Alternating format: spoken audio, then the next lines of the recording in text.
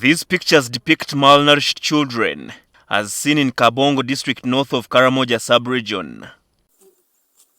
In Matanyi sub-county Napak district, a mother and her two starved children are seated outside her shelter, pondering on where their next meal will come from.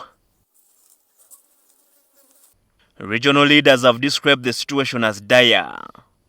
We can explain death to insecurity. That can be understood. We can explain death to diseases, communicable diseases. It can be understood. What about dying because you're lacking food? In a country like ours, when there are places that have too much food. We are not playing politics. We are talking about the lives of the people. We are talking about the lives of Ugandans. These people are not second-class citizens. These are Ugandans by virtue of being in Uganda. And they deserve to be treated as such. The government of Uganda should focus on Karamoja, on the issue of giving tractors to Karamoja so that Karamoja can produce enough food. Because we cannot continue being fed all the time, every other year. There is hunger in Karamoja, yet we have land. They add that despite their struggles, government response to the matter remains too slow. I'm well aware that there is no budget yet. OPM is struggling to look for. And so we've been asked to be patient. I have asked myself, for how long?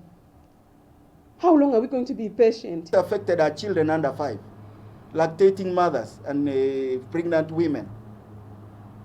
The elderly. I'm afraid in Karamoja at some point, if nothing is done, the elderly will be wiped out. People from 55, because the reports I'm getting of the death, mostly people from 55 years.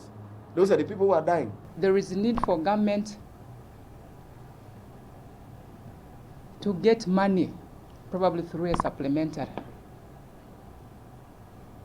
in Parliament, so that enough food is given to the community, probably something that can take them 2 weeks, 1 month, as we search for other sustainable ways. A report by the Napak local government indicates that 46 people have died so far of hunger, well over 2,000 households at the verge of starving.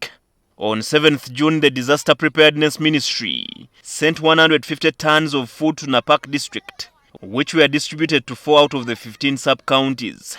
Now Prime Minister Robinah Nabbanja says more relief will soon be sent to the region. We have mobilized all our resources in the Prime Minister's office and sent food to Karamoja, but we shall continue to send food. What we need is to work with the local leaders, identify those ones who are in dire need so that we save life. I am going to call a meeting tomorrow. Karamoja leaders now are calling on the well-wishers to donate food to the region. No, we don't need luxury. We just need to survive.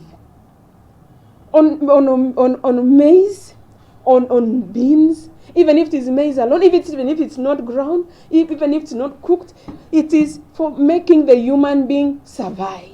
We appeal to the friends of Karamoja, we appeal to you, the media, we appeal to Ugandans to pray and advocate for Karamoja so that rescue can come as soon as possible to the people of Karamoja.